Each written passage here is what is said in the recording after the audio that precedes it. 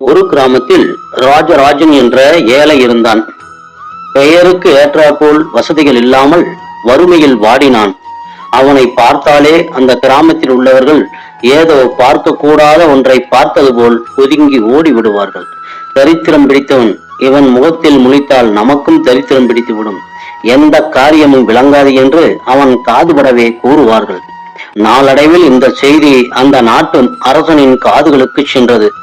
அப்படிப்பட்ட தரித்திரம் பிடித்தவனை நான் பார்க்க வேண்டும், அவனை அழைத்து வாருங்கள் என்று சேவகர்களுக்கு கட்டளையிட்டான்.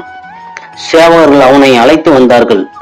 இவனை தனி அறையில் பூட்டி வையுங்கள், நாளை விடிந்ததும் முதலில் இவன் முகத்தில் தான் நான் விழிக்க வேண்டும் என்று கூறினான் மன்னன். சேவகர்களும் அவ்வாறே செய்தார்கள்.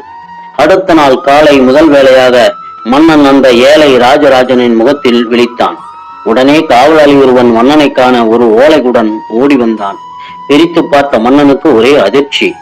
இதுவரை நட்போடு பழகி வந்த அண்டை நாட்டு மன்னன் போருக்கு வருவதாக ஓலை அனுப்பியிருக்கிறான். மன்னனுக்கு கடும் கோபம். அந்த தரித்திரம் பிடித்தவனை உடனே தூக்கிலிடுங்கள், அவன் இனி ஒரு நிமிடம் கூட உயிரோடு இருக்கக்கூடாது என்று கட்டளையிட்டான்.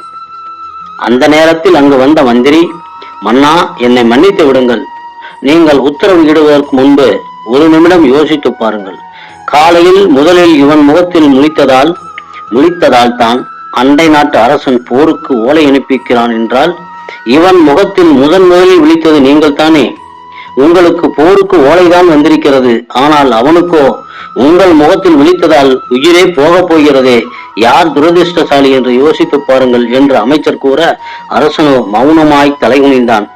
அதிர்ஷ்டமோ துரதிர்ஷ்டமோ எதுவும் எதனாலும் வருவதில்லை, அது நமது ஊழ்வினையை பொறுத்தே என்பதை உணர்ந்தால் அனைவரும் நமக்கு நண்பர்கள் தான். நன்றி நண்பர்களே.